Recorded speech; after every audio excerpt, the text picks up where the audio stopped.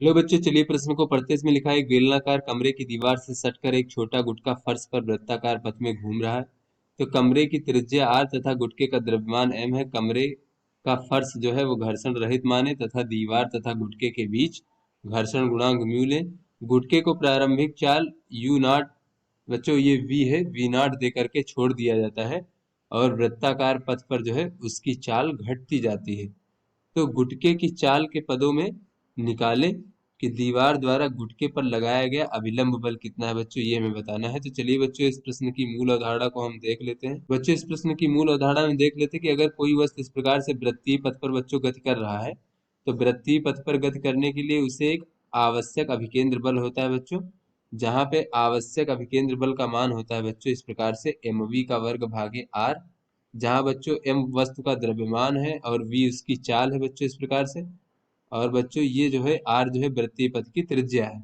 तो बच्चों इस प्रकार से ये जो अभिकेंद्र बल होता है ये इसकी दिशा जो है एक केंद्र की ओर होती है, वृत्तीय पथ के केंद्र की ओर, उसके चाल के अभिलंबवत होती है बच्चों। तो चलिए बच्चों अपने प्रश्न को हल करते हैं।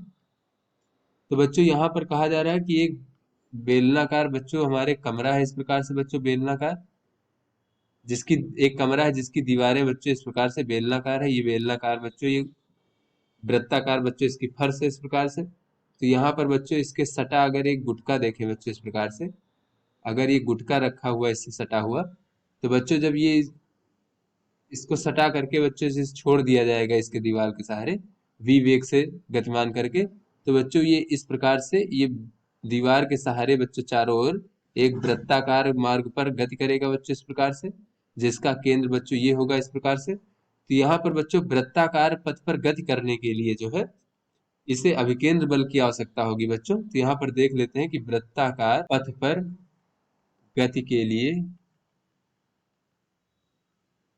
आवश्यक अभिकेंद्र बल जो है बच्चों, चूंकि ये जो गुटका है हमारा ये किसके संपर्क में है, ये दीवार के साथ संपर्क में है बच्चों। तो आवश्यक अभिकेंद्र बल दीवार द्वारा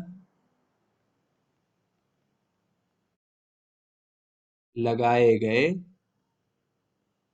अभिलंब बल से बच्चों प्राप्त होगा, अभिलंब बल से प्राप्त होगा। तो बच्चों ये दीवार के संपर्क में है इस प्रकार से, तो बच्चों दीवार इस पर इस प्रकार से अभिलंबवत अभिलंब बल लगाएगा n, और ये अभिलंब बल की दिशा क्या होगी बच्चों, ये इसके वेग की दिशा के लंबवत होगी। तो किसी क्षण बच्चों इसका वेग हम v मान लेते हैं, इसका चाल, वेग का परिमाण यानी चाल। तो बच्चों इसकी चाल जो है v मान लेते हैं, क्योंकि v नॉट चाल से बच्चों इसको दे करके छोड़ा जाता है, इसकी चाल घटती जाती है। तो गुटके के चाल के पदों में बताना बच्चों, तो किसी क्षण मान लीजिए इसकी चाल v है, तो बच्चों इसके अभिलंबवत और केंद्र की ओर ये अभिलंब बल लग रहा है। तो बच्चों ये आवश्यक जो अभिकेंद्र बल है ये अभिलंब बल के द्वारा प्राप्त होता है बच्चों। अभिलंब बल का मान जो है ये अभिकेंद्र बल के बराबर हो जाएगा बच्चों। तो अभिकेंद्र बल का मान क्या होता है बच्चों, ये होता है mv का वर्ग भागे r बच्चों। तो इस प्रकार से गुटके का द्रव्यमान m और इसकी चाल v का वर्ग भागे बच्चों वृत्तीय पथ की त्रिज्या r। इस प्रकार से बच्चों ये दीवार द्वारा गुटके पर लगाए गए अभिलंब बल का मान होगा। तो आशा करते हैं आपको समझ में आ गया होगा। धन्यवाद।